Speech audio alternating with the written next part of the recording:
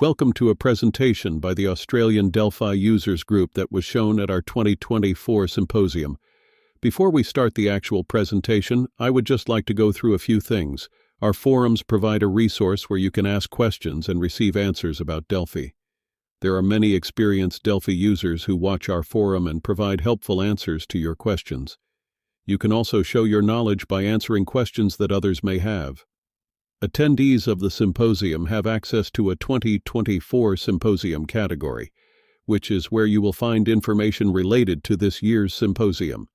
This will include the videos, links, and content provided by the presenters. We are now on YouTube, and you can get access to quite a few previous symposium videos, as well as many of our regular monthly meetings. Like and subscribe so that you get notified when new videos are uploaded. We have regular local meetings in Melbourne, Sydney, Perth, and Brisbane. Many of these meetings can be watched online via Zoom. Watch the meetings category in the forums for announcements of upcoming meetings, information you need to know to go to them, and what topics are going to be discussed at the meeting. I would like to encourage everyone who is able to attend our meetings to learn and network and meet up with other developers like you. We are always looking for people to present topics, and I am sure there are many people watching who have unique expertise that others would be interested in knowing about. We would like to thank our sponsors for supporting this year's symposium. We would also like to thank our prize donors who provided us with excellent prizes for attendees to win. We hope you enjoy the recording of the presentation following. Yeah, so doing all of this live, and I've turned the webcam on so you can see the whites of my eyes as as I'm, things go wrong, and you can see the proper terror and all, what have you. But so this is presentations on Delphi application security. Hopefully it won't be too scary, but no guarantees that you won't need to change your underwear by the end of the presentation.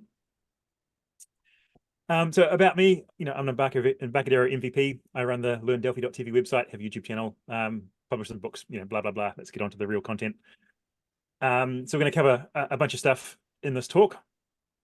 And this is not a comprehensive talk on Delphi application security. This is stuff that I've had to deal with. Some of the stuff might be completely irrelevant to you, but some of the concepts might be applicable to applications you're dealing with. So my first issue is with the Win32 GUI security. So we load up Delphi here, and I'll load up my first example. So this is a really simple application. If I click on a button, it's basically doing show message of the button caption, and we can simulate logging in as different users by clicking the various radio buttons. So if I run that, so as a plain old user, I can add a customer. As an admin, I can delete customers and what have you. And super admin has even more options. So let's load up this other application, which I have named called Window Enabler. And we want both of these on screen at the same time. So if I type in form 39 and go get handle, we see we've got the Windows handle for this window, and go enumerate windows. This takes a little while, but so here are all the controls on the window, and I can, for instance, go to delete customer and go enable window and click on it. So this might be quite handy for if you're a regular user. I don't need to talk to my administrator to be able to delete customers. I can now do it as much as I want. In fact, we could go to delete all customers and go enable window, and now I can also delete all customers. And well, look at this one. This is an interesting one. I can actually show that one. So we've now got overload core and self-destruct, which might be a particularly bad button to press if you're on the Starship Enterprise or working in a nuclear reactor or something like that.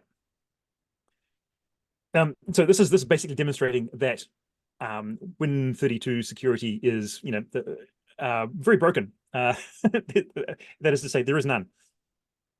So the all the controls are based around messaging and those messages can come from your own application or they can come from an external application.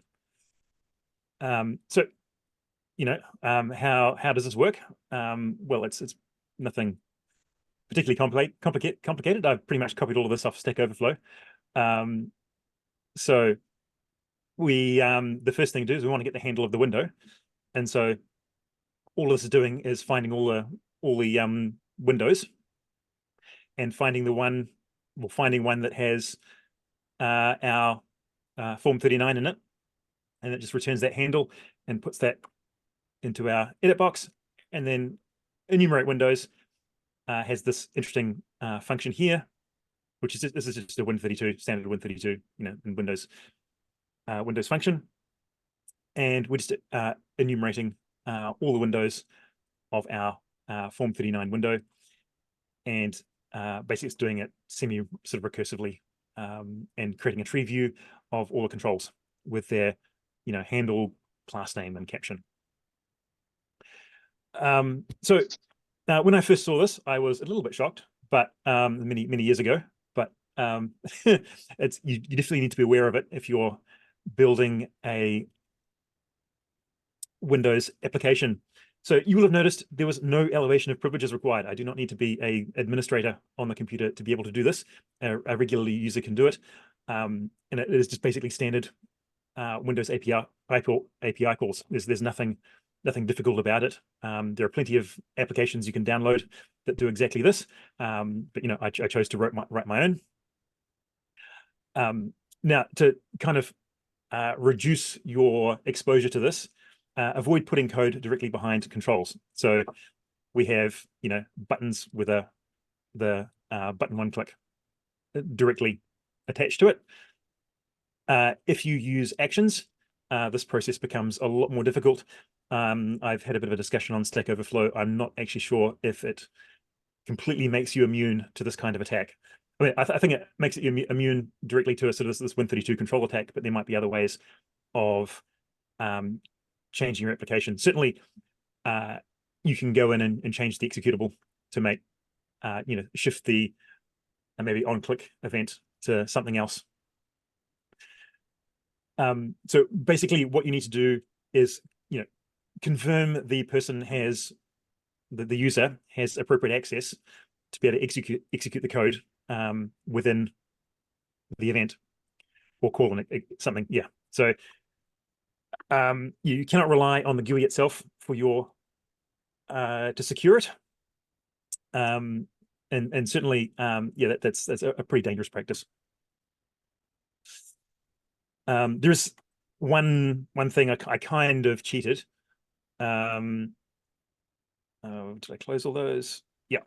So if I run our client, the two applications, if I, oops, okay, I forgot to put in a the handle name, and it died. So this is not the most robust of applications that I have written. Form 39. Oops. Okay, so they're both on screen. You'll see that it hasn't got the super admin, overload, core, and self-destruct. And that's because when a control is initially invisible, there's no Windows handle allocated to it. So definitely smart enough to not waste resources on controls that are not accessible.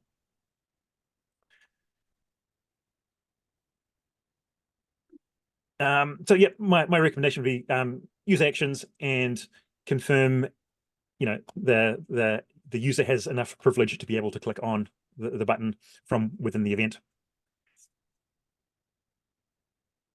So that was our first demo. Next up, I've got a rather long-winded one. So sort of strings inside your exe is the first part of it. I'm going to close all this and create a new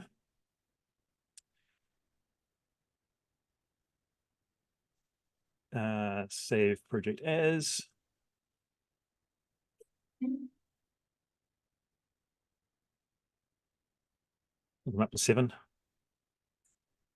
I've practiced this a number of times. 7 methods.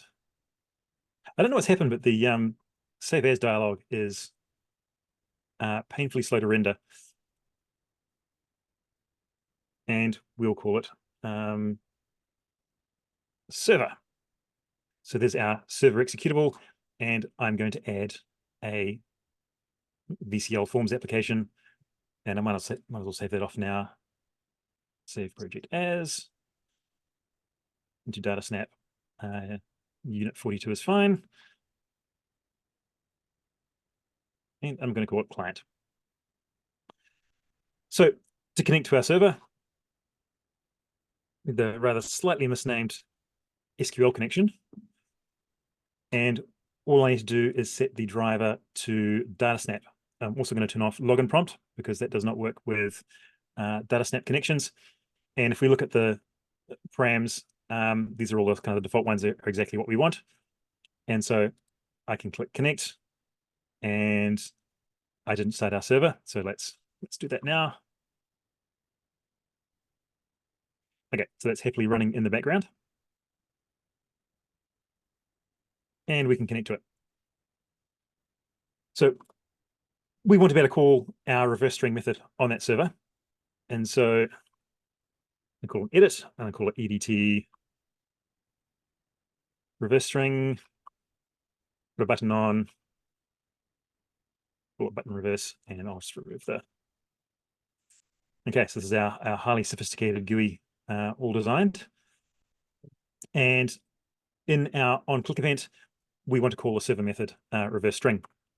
And to do that, the easiest way at this point is to generate our data snap classes. And so there's T7, is our T server methods 3 and reverse string. So from here, I want to say use unit 1.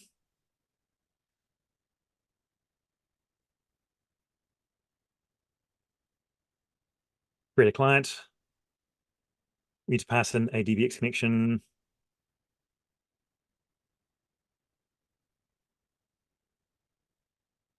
Which will grab the one off there, and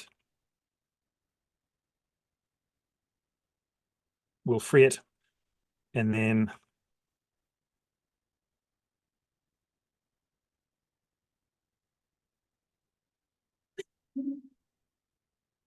we'll call our reverse string method on the server.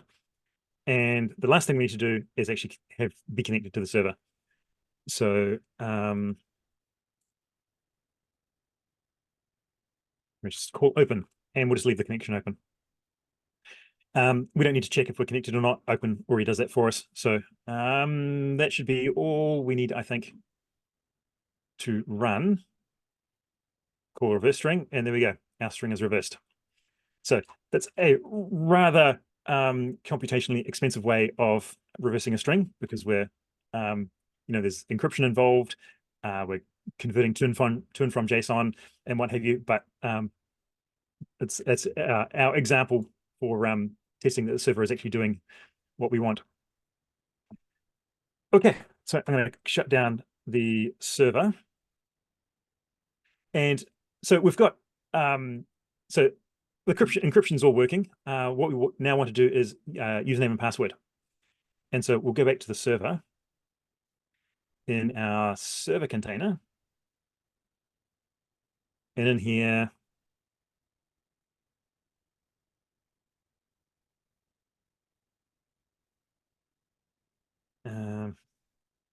use same str for the, so that's case insensitive, and this will be case sensitive.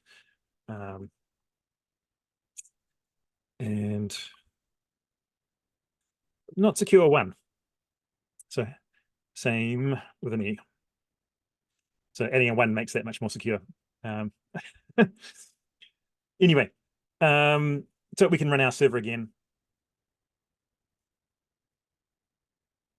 Back to our client. And we try and connect now. We get a invalid username and password. So I'm going to go into the parameters and we're going to add a couple of new ones.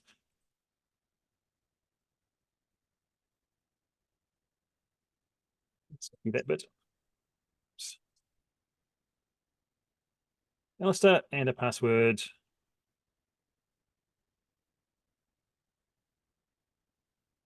In fact, let's leave it not secure for one, and we can say, okay, our credentials were incorrect. And we can now connect just fine. And we're back to being able to reverse our string. Okay, so that's more or less our client and server all built.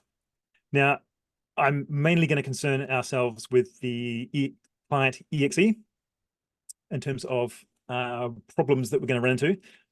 And so the first thing I want to do is I want a show that folder in Explorer, and I'm going to want a command prompt.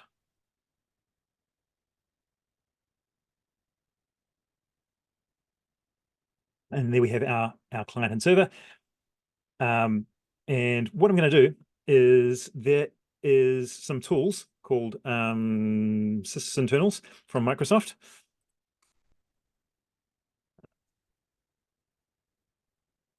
So the sysinternal suite, and there's an application here and it's called strings.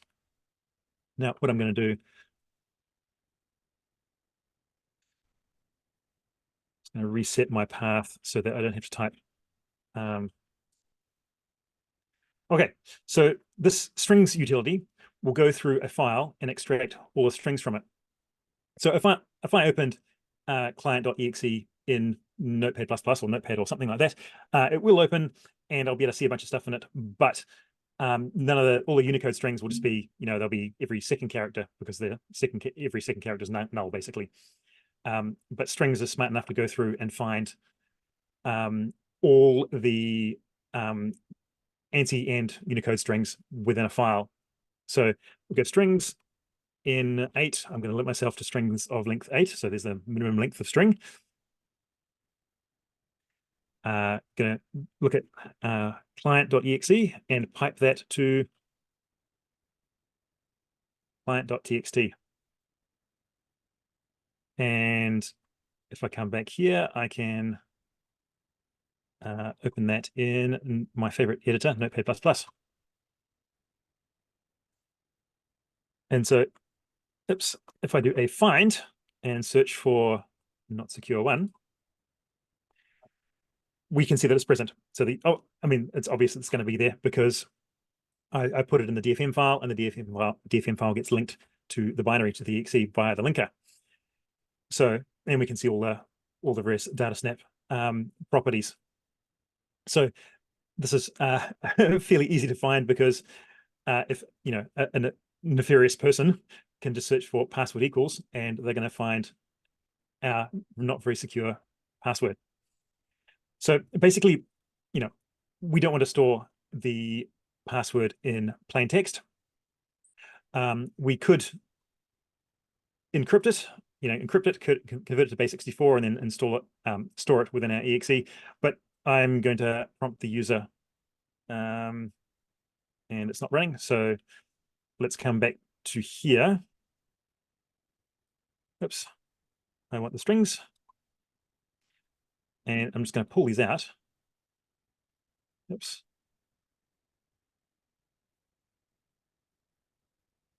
Save that back. So that's back to how it was. And in the before connect,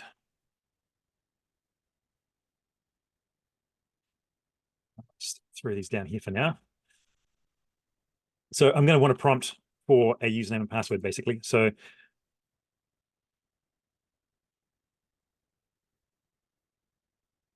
I've done this many times, so I know I need an array of strings. It's going to need 2 values and input query. It's a login prompt, and we need a username and password, and we're going to store that in values. So we're using this version of input query.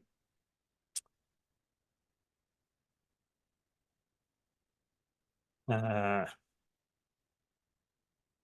might just go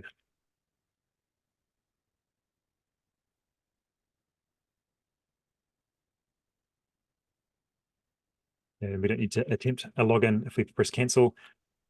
And so we've got,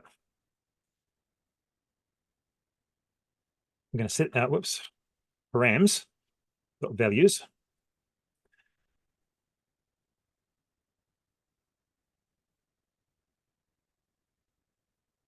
So this is our user and password.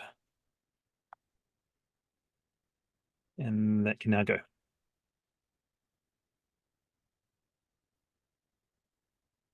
Okay, so we should now be able to run our client again. Click on the reverse button. Not secure one. And we're back to reversing our string. So we can go back to our command prompt and double check that that has indeed been effective. So we're rerunning our output to strings, and I can refresh this file and then do a search for not secure, and we find 0 matches. So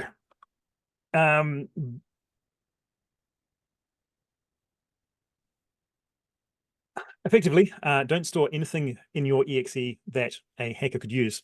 And this is obviously going to include usernames and passwords, any database connection strings or similar. If you've got encryption keys or certificates or anything like that, they all need to be encrypted or not stored in the exe. And so yeah, encrypt everything in your exe. That, I mean, it's kind of also you're only making it harder because effectively, if you're encrypting it, the encryption key's got to be within your application. So someone is still going to be able to decrypt it potentially, but it makes it significantly harder. And I tested with the sysinternals, so Microsoft sysinternals, the strings.exe. So we're now going to do some dumpster diving.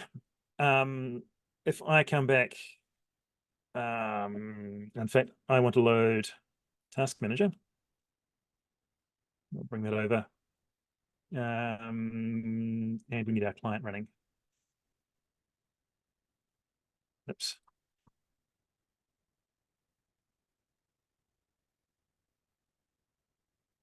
That run. There we go.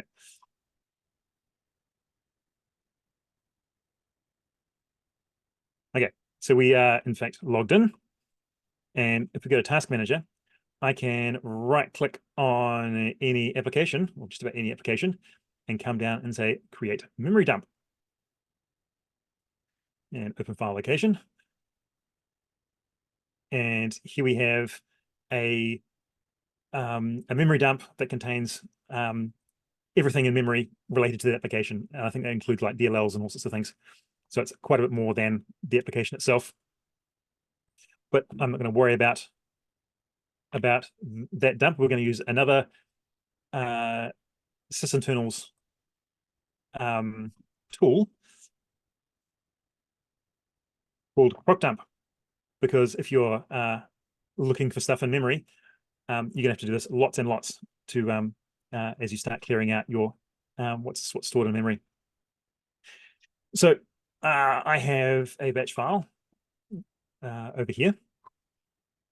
So we're going to start by clearing all the dump files. Make sure the client.txt is done. We're going to call procdump with saying grab everything in memory from client.exe. So it's going to search through processes and try and find that. If it's running multiple times, it'll get confused. But anyway, and it creates a dump file, underscore date and time. And so I'm just going to rename that to just client.dump. And then we pump that back through our strings utility to find all the strings in memory related to the application. So if I go file, save as, and throw that in our ADAG7 folder. And back to our command prompt and run it. No files were found. It's because I closed the client. Yes. And we need to be logged in.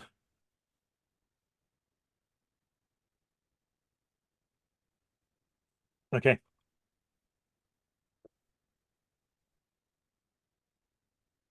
So we now have a text file. It's the same file name as before, with every string that's in memory. And we can see there's a whole bunch of interesting bits and pieces. I can see that I can tell what kind of CPU I'm running and what have you.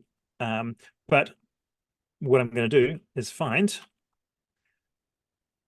all in current document. So we can see that we've got 3 occurrences of the password. And again, you know, it's this nice password equals thing that is very easy to search for. So it doesn't matter if we have a really complicated password, it's going to get found.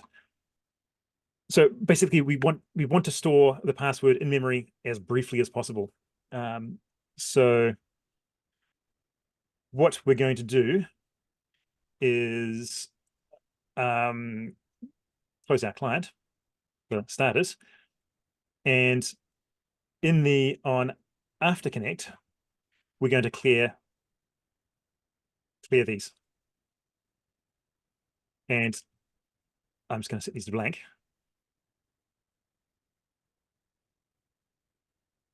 And the more astute amongst you might realize this is not going to work. But there's also a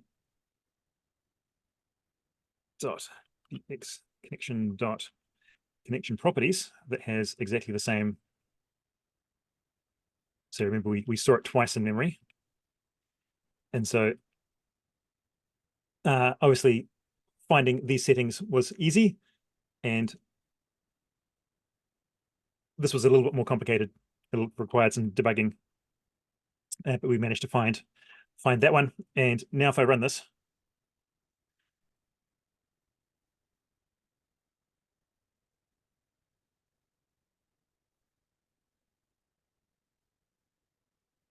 that's because I did the wrong password. Okay, so that's connected. And if I run our proc dump again and refresh, I'll just clear this so it's a bit more obvious, and do a find for the password, all occurrences, and we see rather than having three copies of it, we've now got 6. So we've made the situation worse. And this is because, of course, when we set a string to blank, there's also a copy on write and stuff like that, stuff that's going on. So there's copies made of it, and we just end up with a mess in memory.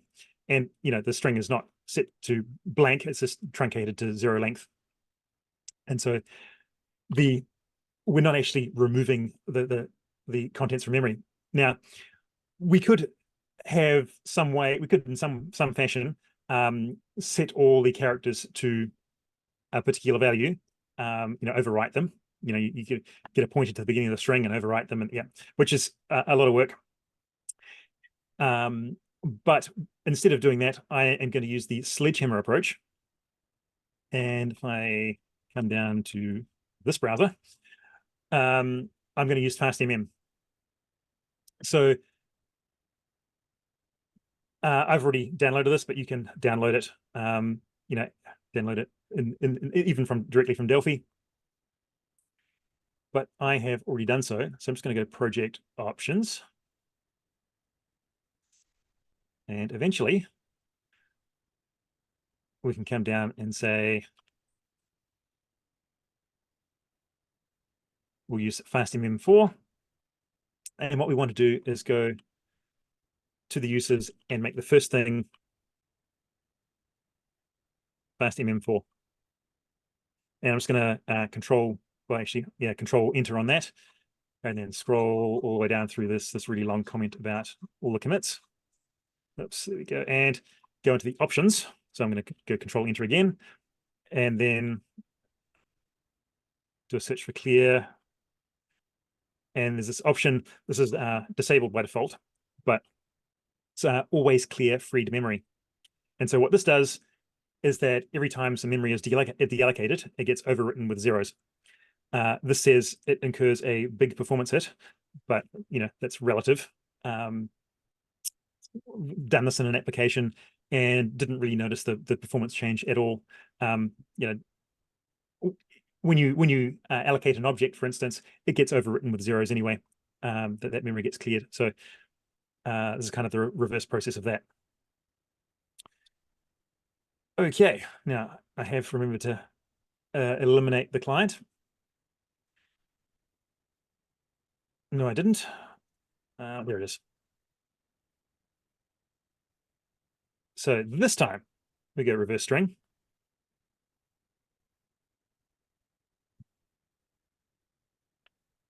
And we can come down, dump our memory. Back to Notepad, Control R to refresh.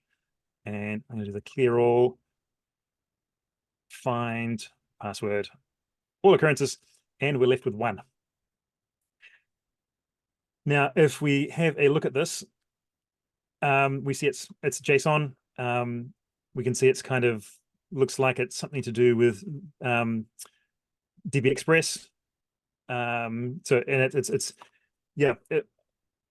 and possibly it's some memory left over because it's kind of incomplete and what have you. Now, tracking down this was much harder. This is a group effort to find this one. So I'm going to close our application again and come to my cheat sheet.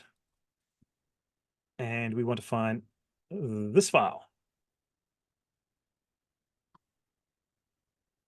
And oops, no. File open. So this is part of DB Express related to streaming. And what I want to do is save a copy of this. Not save project. I want to save as.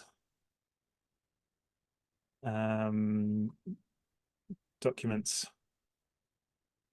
back there, studio, projects. Save it, and I'm also going to add it to the project.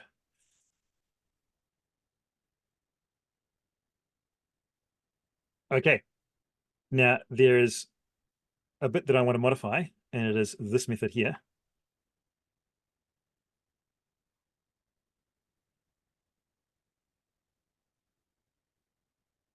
And I want to add a couple of lines to the end of it.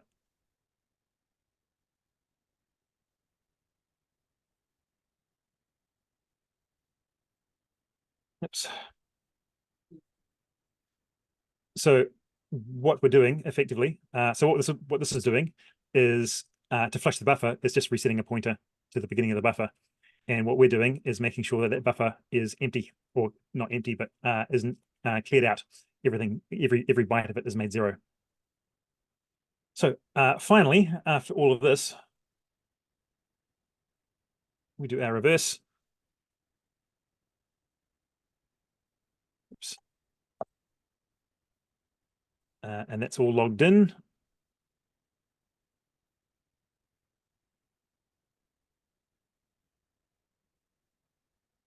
And back to our thing here, and I can do a find and count the number of occurrences. We've got none. So we've finally managed to eliminate that password out of memory. Of course, it'll still be in memory briefly, and someone working particularly hard will still be able to find it, but we've made their life a lot more difficult, and hopefully they'll try something else, someone else's application. Okay, so recommendations. Yeah, don't leave anything in memory that's sensitive. So And that of course is really hard because the memory manager is responsible for a lot of that memory, gets freed and what have you. So, and it's still present. So yes, definitely use the always clear freed memory if you want your application to not have anything lingering that someone, a bad actor, could take advantage of. And of course, this time we're using proc dump and strings to sort of examine the contents of our application memory. And it's quite interesting to go through and have a look at all the strings that that are associated with your application. That's a worthwhile exercise to do, even if you're not particularly concerned about security. Okay, how are we doing? Is everyone enjoying the talk so far? Get a thumbs up or something. I'm still connected. Yeah, cool. Okay, fantastic. So the default security on DataSnap is not as great as it could be. So let's go back to our application, and we are mostly concerned with the server container. So I'm going to go to the transport and look at the filters. Now we've got two filters related to encryption. The first is RSA, and that's used to encrypt the PC1 key. So the RSA is used for encrypting small things. It's way too computationally intensive to encrypt large amounts of data, and has other disadvantages. But PC1 is they call it a stream cipher, and that allows you to encrypt things continuously. And the main thing we want to do is, well, let's take this key, and if I go to our client here and paste that in, we can find it, and we can see it's also associated with a whole bunch of other strings that a bad actor might search for, such as password, hostname, that kind of thing. So and that's a fixed key. Now, what we can do is I can just delete that, and that means a new key is generated every time the server starts. So that means if someone gets a hold of that, works out that key, it makes it a bit harder for them to spy on the data going past. And we're going to look at hardening that up even more shortly. But first, let's take a look at the RSA settings. Now, the two we're interested in is this key length and key exponent.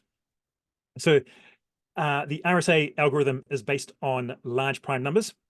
So we want it calculates two statistically probably prime numbers and multiplies them together to get a number that is this many bits long. And the question is a key length of 1024 secure? And the answer is yes, if you're not concerned about security. So you even 2048 is probably not considered secure anymore. So I'm going to go triple that to 3072, and that is effectively roughly a 1000 digit number. So two primes of 500 digits multiplied together. And so factoring that is difficult and probably not going to happen in any reasonable time frame. Now, the key exponent, if you do a little bit of Googling, the magic number that seems to be recommended, and I'm not exactly sure why, is 65,537. And you should immediately look at that number and think, oh, that's one more than 2 to the power of 16, and you'd be exactly right. It's not a Mersenne prime, which is 2 to the n minus 1, but I'm pretty sure that number is prime. So we've updated that, and actually we don't need to do anything with the client at this point. So those settings, we need to worry about the server. So I'm going to kill kill the client and kill our copy of the server and run a new copy of the server and a new copy of the client, reverse. And you may notice that that takes a little bit longer for that string to get reversed than it did previously. So previously that was probably a bit over a second. Increasing that RSA length, key length, drastically increases the amount of computation required, even for just generating the keys. For factoring those two primes, it's going to take a ridiculously long amount of time. But once we're connected, that RSA key only needs to be generated once, and then we're using that PC1 key for all the encryption thereafter, which is super fast, very easy to compute the encrypted value, but still difficult to decrypt. Now, there's one more thing I want to do, and as I mentioned, related to this PC1 key, I want a new key generated every time the server restarts, every time for a new session. So every user gets their own PC1 key. And to do that, I need to grab an example. Let's go to this folder, and I'm going to come back to my. So we need two files. One is filter utils, and the other is PC1 dynamic key. Now this is from sample code, Delphi sample code. So it's in the examples. Well, I say that, but it's not in the recent examples. So you have to go back to an older version of Delphi to get it. But it's all on GitHub, so it's not impossible to find. And I'm just going to copy those two files into here. Now, it's going to terminate both the client and server. So on the client, we need to add the PC1 dynamic key file. Oops. And this automatically registers itself. It's got an initialization section to it. And so this will work automatically on the client. We just need to include the unit. And on the server, we need to do a little bit more work. I'm going to add both these units. So the filter utils is just some helpful utilities to make this process a little bit easier. So I'm going to include those.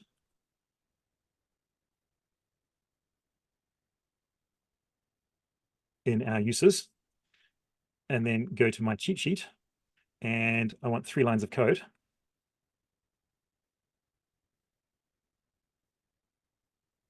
And in the constructor, so here's our new settings for the RSA filter. Well, we start by clearing the existing filters. We create a new RSA filter, and we create a new PC1 filter based on PC1, this PC1 dynamic key. And in here, if we go up to the constructor somewhere, here we go, we see that it generates a new random key every time it gets created. So I'm going to, in fact, I'll just run this normally. Now, if we come back to the client, in here, now what happens if I try and connect now from the IDE, PC1 dynamic key is not found. If we want this to be available to the IDE, we need to take that PC1 dynamic key, add it to a package, and then import that package into the IDE, and then it'll work. But at runtime,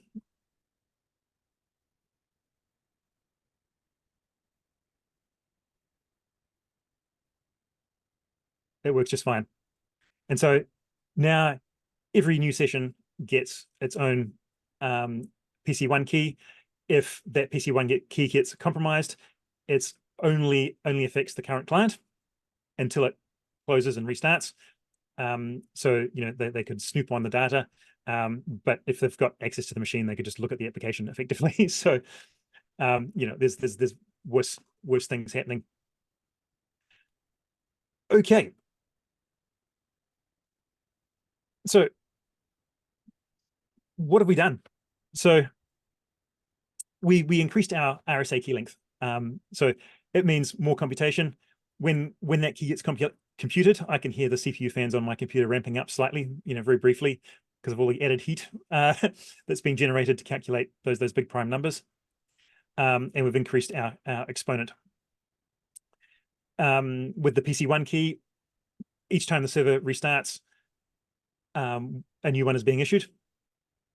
So that'll make it much harder for any bad actors.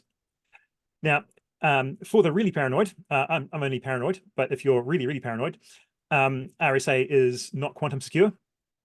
So because there is an algorithm that's been developed that runs on quantum computers that can factor numbers into primes efficiently. And, what might take, 10,000 years to do on a regular supercomputer, it can be done in minutes on a quantum computer. However, quantum computers aren't big enough yet. They don't have enough bits or qubits to be able to factor large numbers, or at least the ones that are publicly known about. The NSA has lots of resources, and they're able to spend huge quantities of money on supercomputers, and they probably have a quantum computer which is probably quite a lot more advanced than anything that's available publicly. PC1 is quite old. You might also want to replace that. So you can write your own filters. I haven't tried it. And the other thing you might want to do is use REST with HTTPS and then rely on the security of the operating system. So, but again, SSL is still based on RSA, and you're still going to run that same problem with quantum computation. Governments and large organizations are doing what they're doing is a lot of information is not yet decryptable, and so they're storing vast amounts of data that's they can't yet decrypt, but they'll probably be able to in the next 10 to 20 years. And so if you're wanting something to be permanently secure, then RSA is not the algorithm for you, or probably PC1 for that matter. Okay, SQL injection. This is our next next topic. Now you probably, I hope you have seen this XKCD cartoon where some parents name their son Robert apostrophe close bracket semicolon drop table students semicolon dash dash little Bobby tables, and this is the very classic SQL injection. And so let's close that. Don't need that anymore. Yes, we can save everything.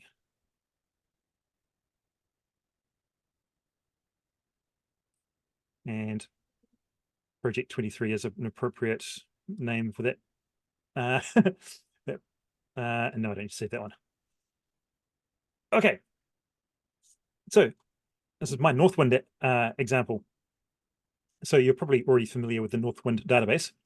This is a very simple database application. The first thing we want to do is there is a DB reset, which is this query. And this resets our database back to square one. And fills in a lot of data. Let's see if I can execute that. Cool. Okay. So we are back to square one. And this is basically an SQLite database. So if I double click on that, we can see we're so a local database using SQLite. I actually love SQLite. It is fantastic. It works with FIDAC brilliantly. I mean, FIDAC is built around SQLite, so it's no surprise.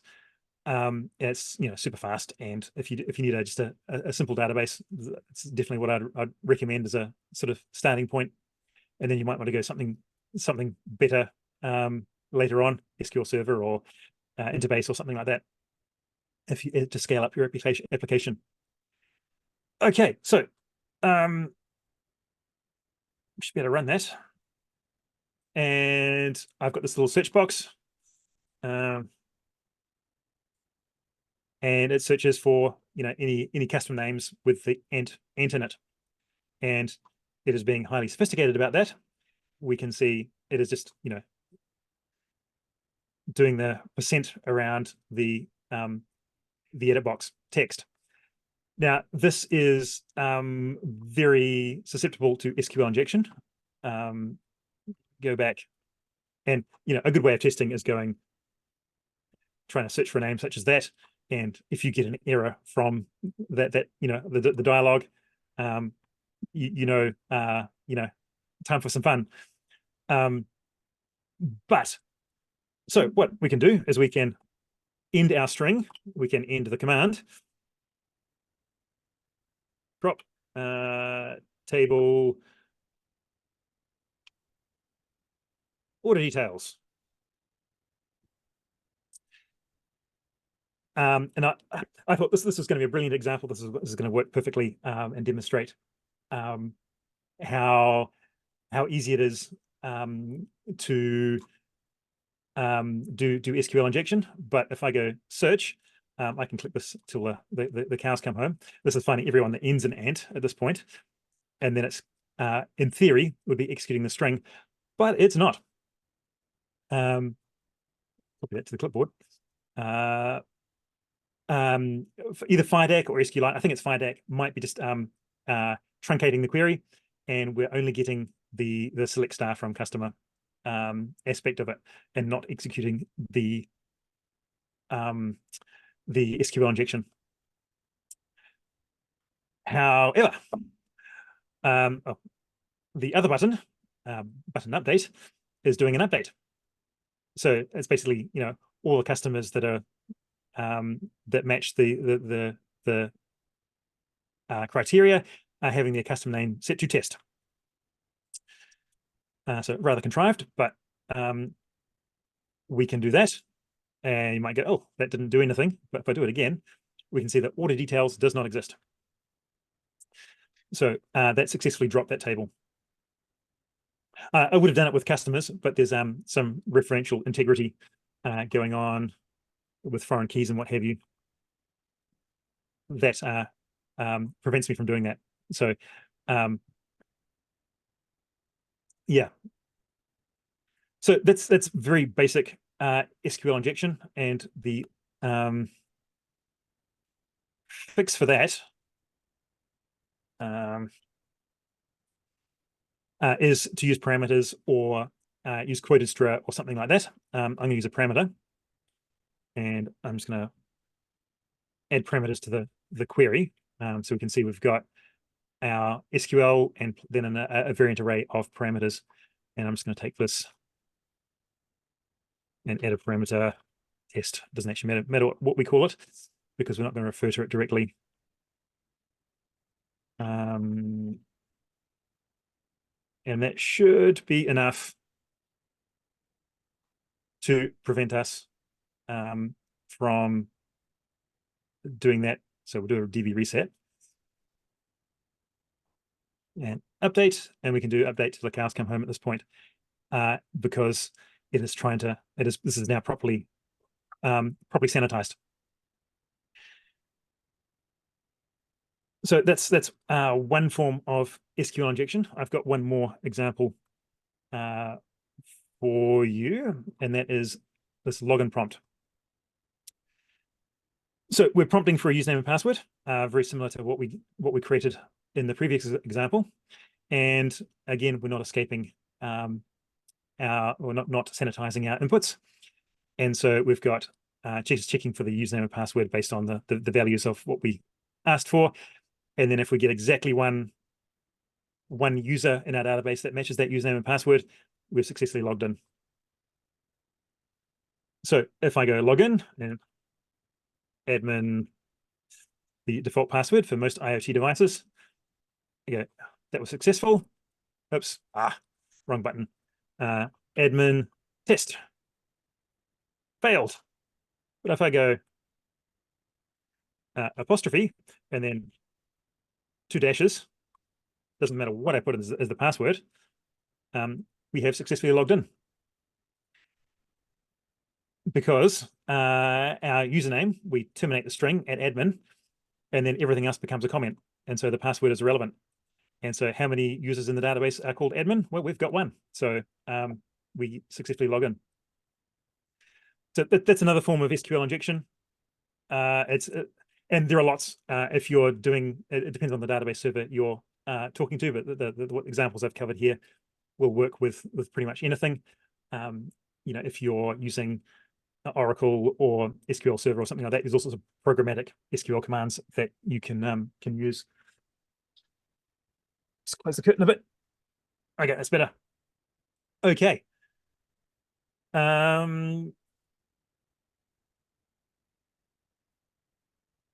So that was our, oops.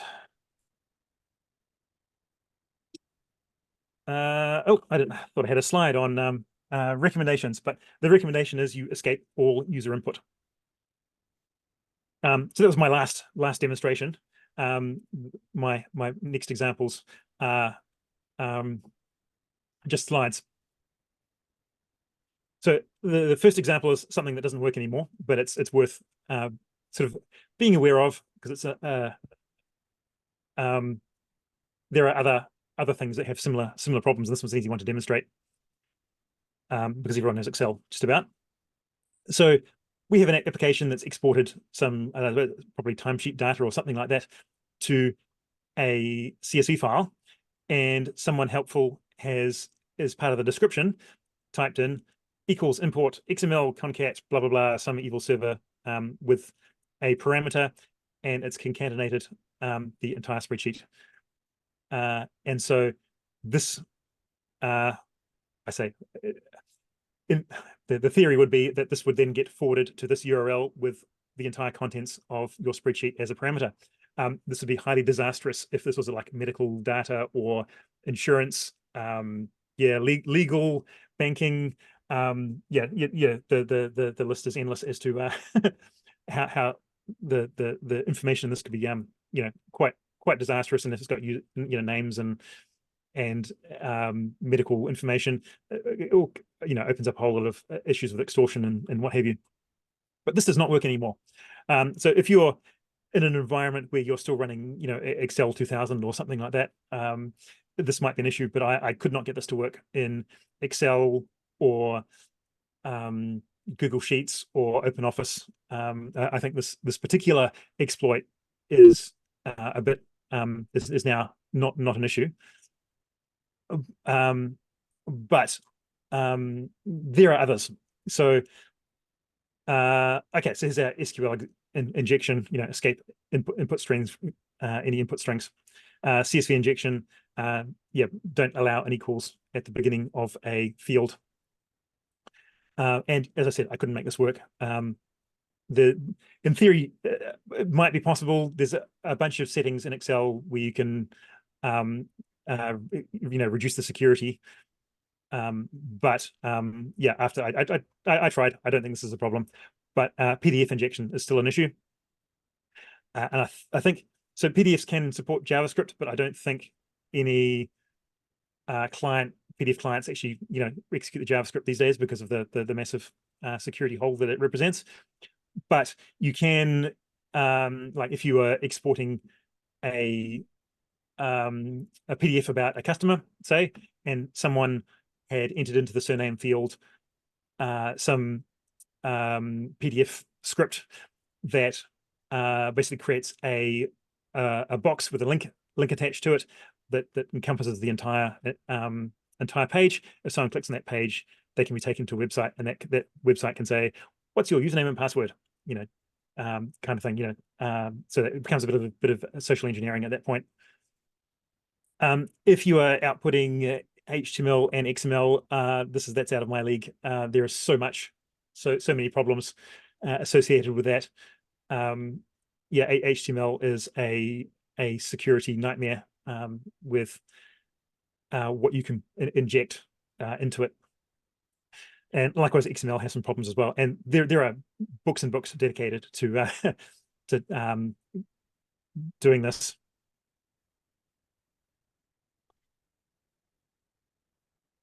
Okay, so it gets worse. So second order SQL injection. So let's say we have a category table and users are allowed to create categories, and they create one called semicolon drop table customers semicolon dash dash. If you have done your job correctly, this will get inserted into the database because it's escaped, or it's a parameter or something like that. So you've used quotas through. So this bit of text is now sitting in a field, and then you want to go look up all the customers in that category, and you go select star from customers where category equals, and then you're restoring from backup. So so you can not only trust the input from, you can't, you get a parameterize or sanitize the input from users. You need to sanitize everything. So you can't trust the contents of your database. So basically, every time you've got some sort of parameter, you need to use sort of param by name or quotas through or something like that.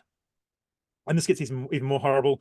For instance, if you are importing CSV data or XML, so if you have like an overnight process or something like that, that you import a bunch of CSV files from a third party, those CSV files could contain SQL, or they could be poisoned in some other way. And those CSV files might be, generated in a nefarious way, or it might just be that your third-party provider has been compromised in some fashion and their database is poisoned. And yeah, I haven't even looked at any sort of programmable SQL such as T-SQL or whatever Oracle uses. So some more random stuff. So with the DataSnap example, that uses the OpenSSL DLLs. They're open source. I could download that source code, and before or after everything is decrypted, I could then stream that off to another website invisibly, and then replace the OpenSSL DLLs on the client machine with my poisoned ones. So if you're using DLLs, you need to make sure that they have not been compromised. This is probably one of the easiest exploits that someone could do. SSL certificates, they're cheap as these days. You can get them for free effectively if you're willing to redo them every 90 days. Even getting them for a few years doesn't cost very much. I've had issues with FTP. That's not secure. There's FTPS, SFTP, but they're not supported in Delphi. You need to use third-party components for that. TZIP file that doesn't have support for encryption. Well, that is to say, it doesn't support encryption out of the box. You can add it manually if you like, but it does. Yeah, so you need to use Abrevia or something like that if you want encryption on your zip files. If you're letting users choose passwords, you need to make sure that they are secure. So if you go requires upper and lowercase characters, digits, and symbols, that's all good. But you also need to do a dictionary check, because that under that circumstance, if you have a 10 character minimum, password 1 exclamation mark is still an issue. In a project I work on, we wrote an application. So we're making sure passwords, the choice of passwords are secure. On GitHub, there is a database of passwords, a combination of like a brute force dictionaries and lists of passwords that have been compromised. And so with the brute force dictionary, this was the only one that got past our security checking. And so we added the dictionary check as well. I also haven't looked at resource editing. So you can go through, I mean, a Delphi executable has, DFM files linked.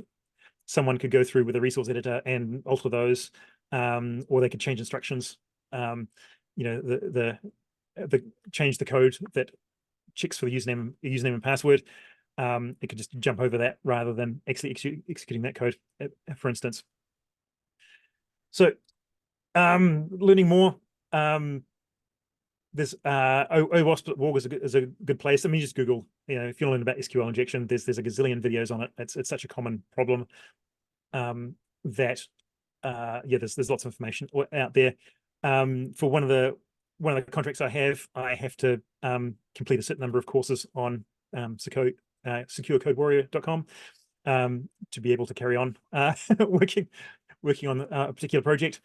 And that's I mean, it's a good commercial product, and that's more geared towards large organizations. But I mention it because I've had experience with it, and it's quite cool. It lets you do live coding, and it has lots of things on why this is insecure. And it is very much a case of be grateful you're using Delphi because you don't have to worry about buffer overruns and all sorts of things that are just nightmares in other languages. So I've come to the end of my presentation. Questions? Yeah,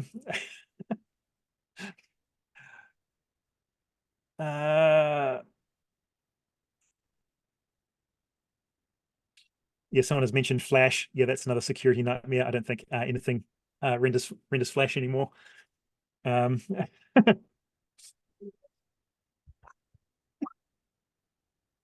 Alice, I put a comment in the chat about there's a book reader called Sumatra that does not have JavaScript or Flash built in, and it can view PDFs, EPUBs, and MOBI files. So that's one I use if I need to open anything that might be dodgy.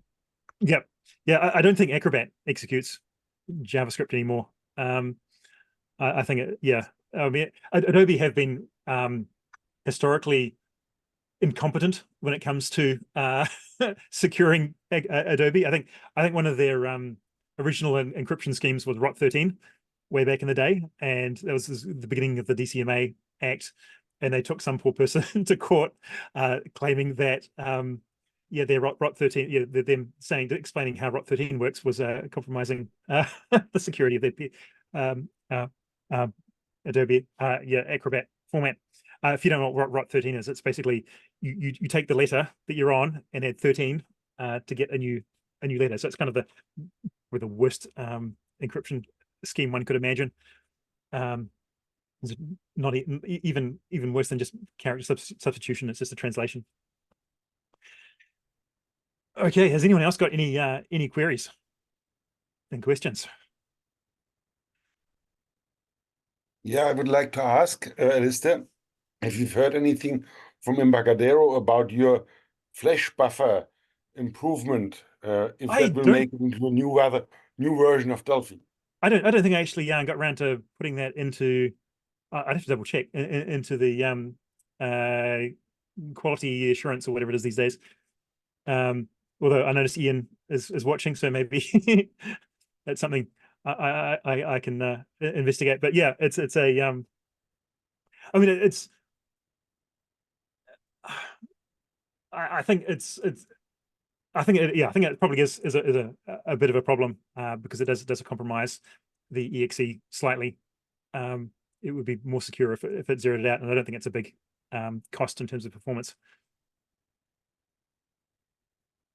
So I'm hoping everyone has learned something. I mean, certainly over the years, I've picked up a lot of this stuff. There's a lot of stuff I haven't covered, of course, but there's only so much I can do in an hour and a half presentation in detail. Has you heard anything with Embarcadero about DFM encryption in the exes and so on?